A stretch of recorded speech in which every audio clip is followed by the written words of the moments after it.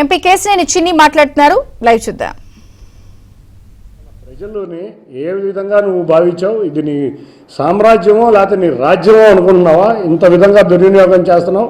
నిన్ను అర్జెంటుగా నీ దగ్గర నుంచి మా నారా చంద్రబాబు నాయుడు గారిని ఒకటే కోరుతున్నాం, ఎక్కడైతే ప్రజాధనం దుర్వినియోగం అయిందో వీళ్ళందరి దగ్గర నుంచి వీళ్ళ సొంత డబ్బులతో ఇది కక్కిచ్చే విధంగా చట్టాలు చేయాలని కోరుకుంటున్నాం.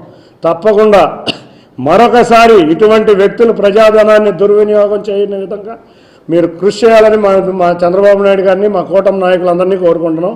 తప్పకుండా నువ్వు ఇప్పటికైనా కళ్ళు తెరిచి ప్రజా జీవితంలోకి వస్తే ఆ 11 మంది ఎమ్మెల్యేలో లేకపోతే ఆ పార్టీయో అంతవరకు నీకు మిగులుద్ది. లేకపోతే నీకు ఇంకో 3 నెలల్లో నీ పార్టీ నీ ఎమ్మెల్యేలు కూడా నీకు మిగలరని ఘంటాపదంగా చెబుతున్నాను. తప్పకుండా నువ్వు ఇంకా ప్రజల్ని ఇప్పుడు దాకా మోసం చేస్తానే బతికావు, ఇంకా మోసం చేస్తా బతకొద్దు. నీ జీవితమే ఒక అబద్ధం, నీ బ్రతుకే ఒక ప్రజా జీవితాల్లో మోసం చేయటం, ప్రజల యొక్క సొమ్ము దోచుకుంటాం, వీటి అన్నిటినీ కక్కిస్తుంది మా ప్రభుత్వం. నువ్వు చేసిన దుర్మార్గాలు నీ ప్రభుత్వంలో కొంతమంది అధికారులు అధికార దుర్వినియోగం చేసిన విషయాలు, కొంతమంది మంత్రులు అధికార దుర్వినియోగం చేసి ప్రజాధనాన్ని లూటీ చేసిన విధానం, అంతేకాకుండా ఎన్నో అక్రమంగా ఆక్యుపై చేసిన సైట్లు అన్నిటినీ కూడా మా ప్రభుత్వం బయట చేస్తుంది. ఇవాళ ఒకటి రేపు ఒకటి అనే మాట్లాడటం మాని ఇవాళైనా నువ్వు ఈవీఎంల గురించి ఏం మాట్లాడావో నువ్వు ఒక్కసారి తెలిసి నీ వీడియో చూసుకో, దాని ప్రకారం నువ్వు సమాధానం చెప్పాలని గట్టిగా కోరుకుంటా. నీకు త్వరలో జైలు జీవితం రాబోతుంది. మా నాయకులకి నువ్వు ఆల్రెడీ 10 సంవత్సరాల నుంచి కూడా ఏ రోజు కూడా ఈడీ సిబిఐ కేసులో కోర్టుకి అటెండ్ అవ్వకుండా వ్యవస్థలను మేనేజ్ చేస్తున్నావు. ఆ వ్యవస్థలను మేనేజ్ చేసే ఎంతోమంది ఐఏఎస్ ఐపీఎస్ అధికారులు వాళ్ళు బలైపోయారు నీ వల్ల. మా ముఖ్యమంత్రి గారు ఎవరైతే వ్యవస్థలను చెడగొట్టారో, ఎవరైతే చట్ట ప్రకారం పనిచేయలేదో అటువంటి వారిని అందరినీ శిక్షించబోతున్నారు తప్పకుండా.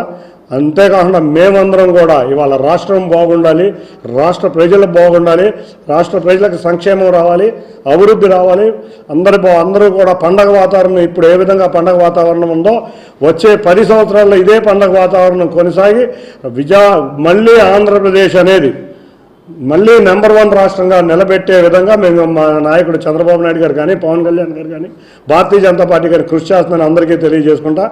జగన్ ఇప్పటికన్నా కళ్ళు తెరు, నువ్వు ఇప్పటికైనా బుద్ధి తెచ్చుకో. Thank you. ఉందా క్వశ్చన్స్ ఏమైనా ఉన్నాయా?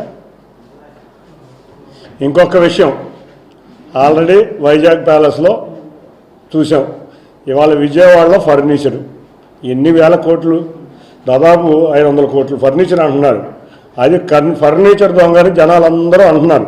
తప్పకుండా ఫర్నిచర్ నువ్వు కోడెల శివప్రసాద్ గారిని నిర్దాక్షిణ్యంగా ఏమీ లేని విధంగా సమయంలో కూడా నువ్వు దొంగ కేసులతో చిత్రీకరించావు. నువ్వు వాళ్ళ ఫర్నిచర్ అంతా నీ ఇంట్లో పెట్టుకుని ఒక ఫర్నిచర్ దొంగ నువ్వు.